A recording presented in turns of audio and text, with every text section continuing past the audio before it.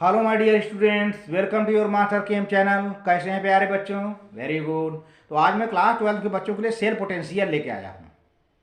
Cell potential मतलब EMF, electromotive force. तो देखो बेटा, गैरवानिक सेल में दो इलेक्ट्रोड होते हैं, एक ऑक्सीडेशन इलेक्ट्रोड, दूसरा रिडक्शन इलेक्ट्रोड। तो ऑक्सीडेशन इस इलेक्ट्रोड का जनरली इलेक्ट्रोड पोटेंशियल ज़्यादा होता है, रिडक्शन का कम होता है। तो दोनों के डिफरेंस को हम डिफरेंस पोटेंशियल डिफरेंस कहते हैं, है ना। और इसी से इलेक्ट्रॉन आगे की ओर फ्लो होता, आगे की ओर ले जाया जाता है, करंट फ्लो होती है। तो चलिए देखते हैं, इसके बारे में थोड़ा चर्चा डिटेल करते हैं। बड़ा अच्छा टॉपिक है, वीडियो शॉर्ट है। हाँ तो प्यारे बच्चों, cell potential or EMF of cell, EMF electromotive force. Electromotive force आपको लिखा मिलेगा, हमने नाम भी लिख दिया है यहाँ पर, electromotive force. An electrochemical cell is made up of two electrode. Electrochemical cell में दो इलेक्ट्रोड होता है, एक ऑक्सीडेशन इलेक्ट्रोड, दूसरा रिडक्शन इलेक्ट्रोड। इनको कहते हैं two half cells and one of these electrode must have, इनमें से एक इलेक्ट्रोड का must have higher electrode potential. एक इलेक्ट्रोड का इलेक्ट्रोड पोटेंशियल ज़्यादा होता है हमेशा। मतलब इसका मतलब क्या है? हायर इलेक्ट्रोड पोटेंशियल मतलब क्या हुआ बेटा?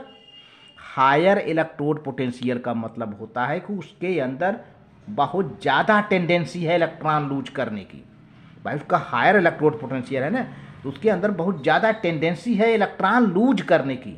और जो इलेक्ट्रॉन लूज करता है उसका क्या होता है प्यारे बच्चों? ऑक्सीडेशन। तो इसका मतलब यह कहाँ होगा? ऑक्सीडेशन इलेक्ट्रोड पर होगा, यानी एनोड पर। तो जिसका हायर इलेक्ट्रोड पोटेंशियल होता है, इसका अर्थ तुमने क्या निकाला कि वहाँ पर ऑक्सीडेशन बड़ी तेजी से होगा, higher tendency to lose electron than other electrodes. तो as a result of this potential difference, भाई एक का ज़्यादा है एक का कम है, यानी ऑक्सीडेशन वाले का इलेक्ट्रोड पोटेंशियल हायर है, रिडक्शन वाले का इलेक्ट्रोड पोटेंशियल लो है। तो दोनों का डिफरेंस क्या है? At the result of this difference in potential difference, the electron flow from electrons at higher potential to electrode to lower potential. इसका मतलब इलेक्ट्रॉन किधर से फ्लो करेगा? जिधर की पोटेंशियल हायर है, मतलब एनोड की। एनोड पर ही तो इलेक्ट्रॉन रिलीज होता है।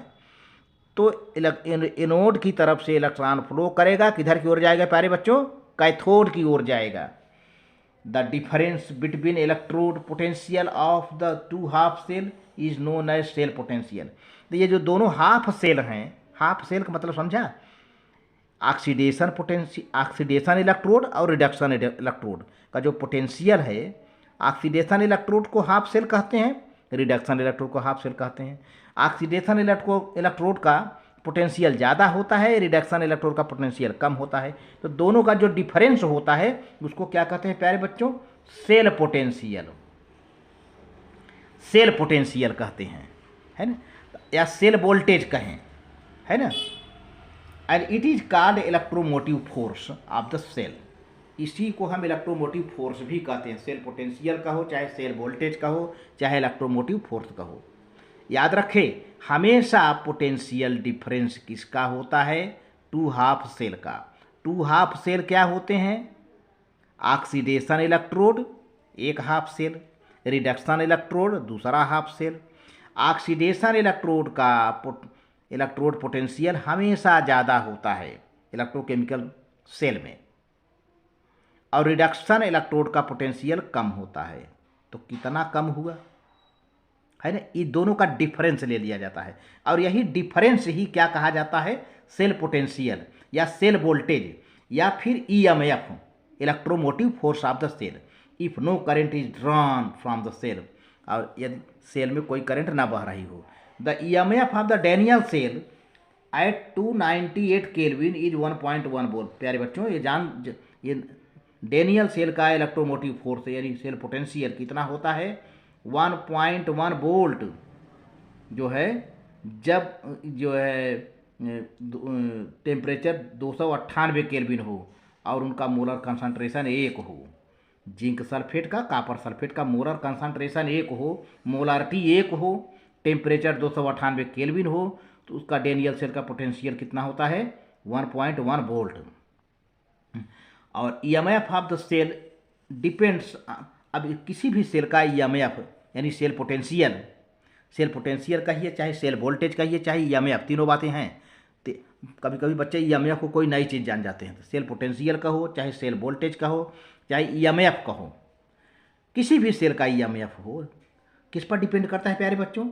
नेचर ऑफ द रिएक्टेंट कैसा है, कंसंट्रेशन ऑफ सॉल्यूशन कैसा है और उस टाइम का टेम्परेचर कैसा। 3 फैक्टर हैं, nature of reactant, concentration of solution, temperature. तो इस तरह से प्यारे बच्चों, 12th के बच्चों, सीबीएसई बोर्ड के बच्चों, अगर वीडियो अच्छी लगे तो लाइक करके सब्सक्राइब कर देना, शेयर कर देना। और मास्टर केम चैनल आपके अच्छी सफलता के लिए हमेशा ईश्वर से कामना करता है। Thank you very much.